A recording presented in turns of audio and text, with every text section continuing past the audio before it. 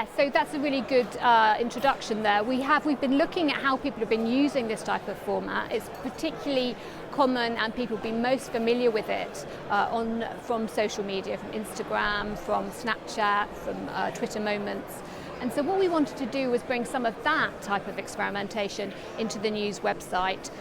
So just to pull in some users who might be really interested in looking at the content like that on social media, in our normal news stories, using our normal news stories.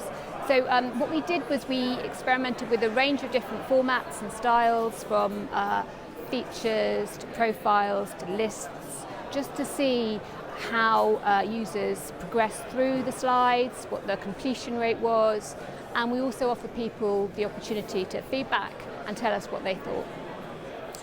Yeah, I do. So when I've shown this format to journalists who are from a TV background, they get really excited by it because it's something where they can see a direct connection with their own work.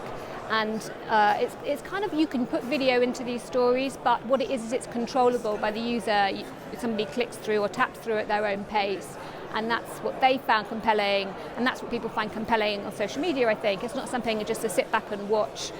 When you play a whole video, you can actually go through as many slides as you want. It is really visual. And obviously, if you're coming from a TV background, that's your primary thought. You're thinking about the visuals rather than the text.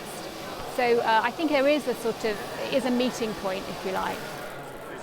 So when we initially started to do our own format that wasn't using Google's AMP code or way of doing things, it took us quite a long time and it wasn't that scalable.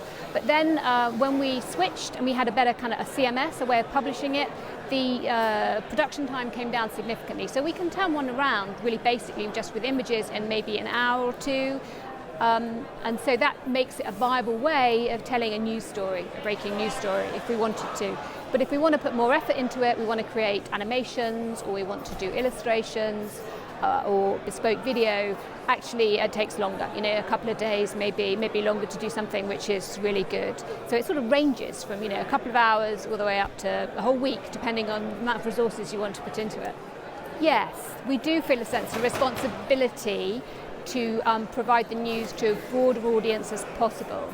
So this is just one way of doing that, I'd say. And I think maybe what we need to do is to have a way of differentiating this type of content compared to longer form content or text-led news stories and features.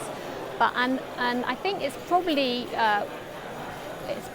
the case that it isn't going to suit everybody. Not everybody is going to want this kind of tappable interface where you just get pictures, text and video in kind of little chunks. But it definitely seems to be a market for it amongst some of our users.